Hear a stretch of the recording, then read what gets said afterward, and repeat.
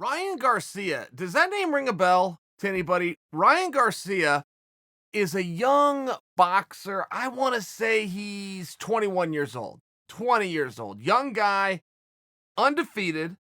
And he came on my radar for a couple of reasons. First off, there was some kind of talk about Henry Cejudo going over to boxing specifically to fight Ryan Garcia. Okay. I don't know if those weights match up. I don't know how any of that works, but that's how he popped on my radar. Then he came into some public dispute with Oscar De La Hoya, who is his promoter. And it had to do with a bit of a pay dispute. We don't see those in boxing as much.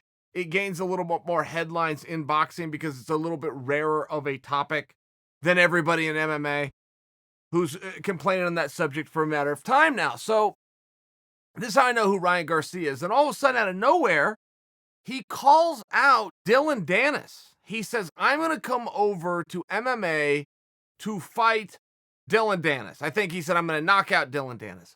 So I called Dillon about that. I just go, man, what am I missing here? I keep hearing this guy's name. He's doing a good job with the marketing.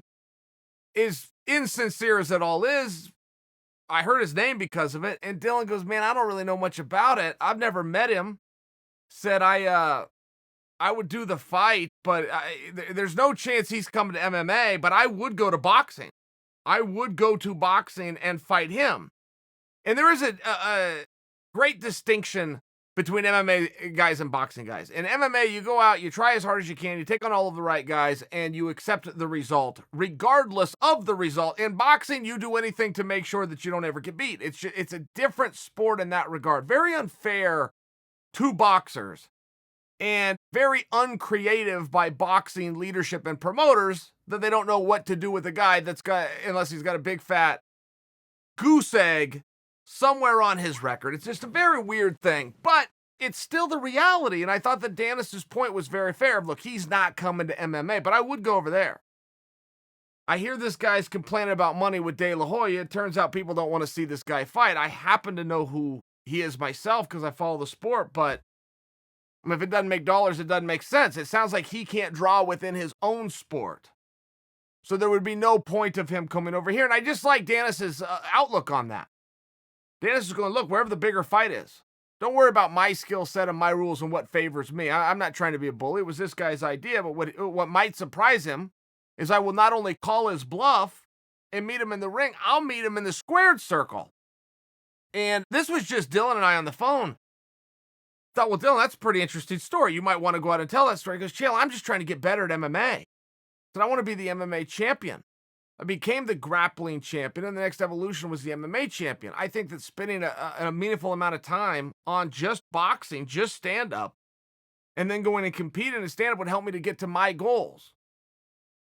I don't have any problem with going out there and testing this and doing this. And I just liked it. I thought it was an interesting story. I thought it was an interesting concept. I think it puts Garcia in a little bit of a tough spot. Now, I don't know that he minds that. I don't know that Garcia is going to have any problem as long as guys are out there saying his name based on what the limited information I have on them. The guy can't draw flies within his own sport. That isn't really meant as an insult as much as sometimes you just got to try some stuff. And maybe it is dabbling over and calling out an MMA guy.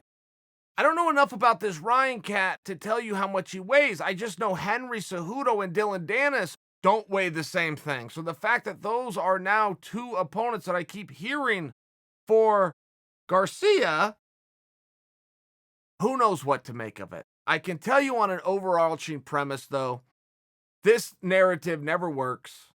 It's very dull. It's very poorly thought out. That doesn't mean sometimes you don't have to take low-hanging fruit. Sometimes you're just not a thinker. You're just not a creative guy, and you got to do whatever you got to do to try to get a headline. I don't fault Ryan for this, but how many boxers have we seen dangle this idea out there but never actually make that walk? Is this one of those situations? Yes, of course it is. Is he coming to MMA? No.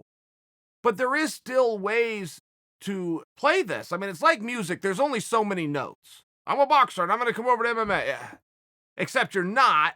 Except that's not what you're going to do. But there is still ways to play it. Let me just use a different example. This Garcia kid goes onto Twitter in 160 characters or less, starts his MMA career.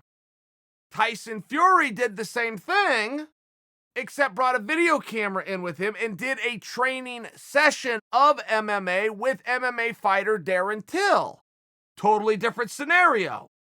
Both ruses, both meant for media attention. One required some effort that would allow speculation to go 5 times further. One was a tweet. But either way, here I am. So Ryan, before you think I'm scolding you, you got me.